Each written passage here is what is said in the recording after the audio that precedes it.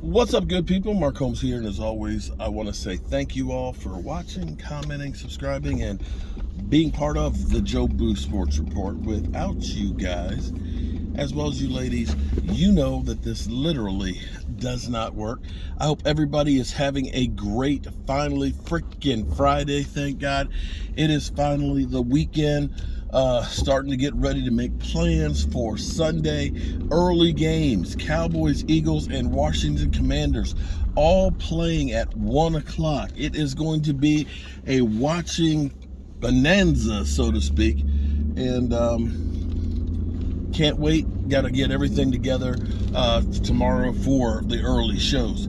So, interesting thing.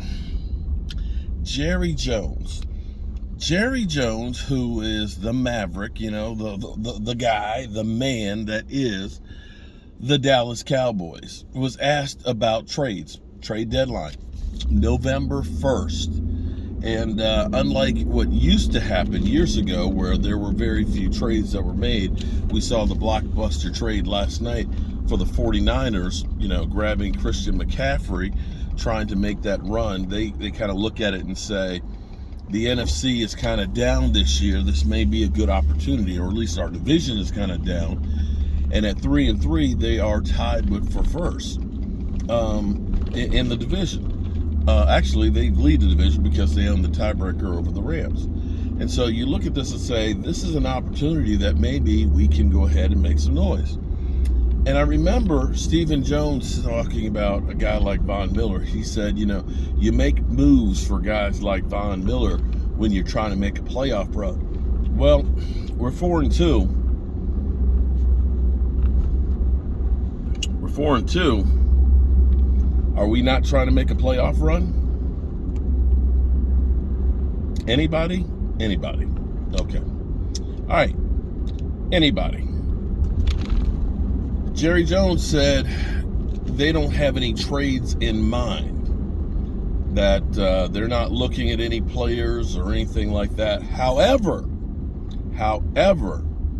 trades usually happen when the phone rings and in about 30 minutes. So what that says to me is, no, nobody has called him about any trades, but if you pick up the phone and you make a call to us, we'll consider it. That's what that says if you read between the lines. Doesn't mean that, no, we're not trading for anybody. We don't have anything right now that we're looking at. But if you offer something, we'll consider it. That's the way I would take it, and maybe I'm wrong, but that's kind of where we are with this thing. Jerry Jones, of course, who's always vocal, was asked about the situation with Robert Kraft, you know, and basically he's saying, you know, I wanted to get my point across. And here's the thing that I worry about Jerry Jones basically telling Robert Kraft don't F with him, and being the one person, the only person who ended up dissenting against extending Roger Goodell.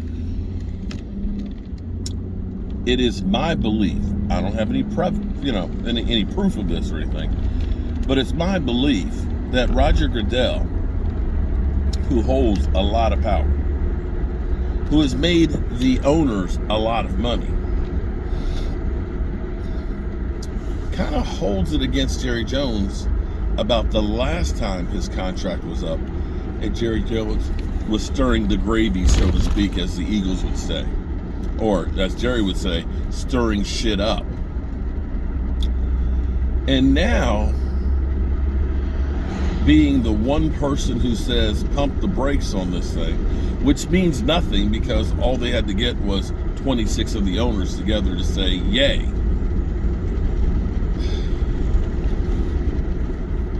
Could this be a case where we start seeing a whole lot more penalties against the Cowboys again? You know, we don't ever seem to get the benefit of the doubt. And I believe that that's the NFL basically saying to Jerry Jones, you want to get cute? We'll fuck with you. Don't mess with me. But yet Jerry Jones is still messing with Roger Goodell. Yeah. On a side note about penalties, we got a lot of people that, with Dak coming back, everybody is only taking a microcosm of Dak Prescott's career, and they're condensing it in to the one game against Tampa Bay.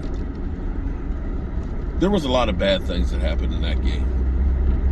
And one of those things that happened in that game was Terrence Steele. Terrence Steele had 3 false start penalties and I think 1 other penalty in that game. And at that moment, people started to question letting go Lyle Collins. Since that game where he had 4 penalties, Terrence Steele has not had a penalty. Period. He turned that thing around. And when we go back to that game against Tampa Bay that people will go through and kill Dak Prescott for, you know that CeeDee Lamb had 4 drops in that game? 4